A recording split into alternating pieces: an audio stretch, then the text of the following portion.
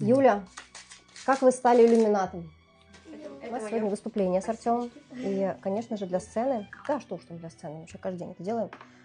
Я Артему делаю тон. Вот никто не заметит. Ощущается как крем просто. Легким тонким слоем ложится. Да, еще один штрих.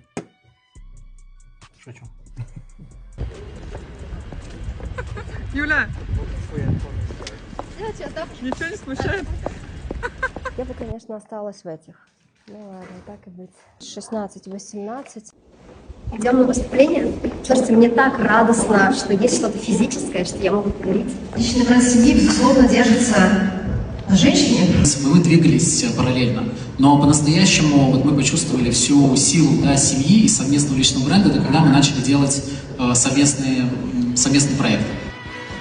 Тебе закажу. Я подписалась.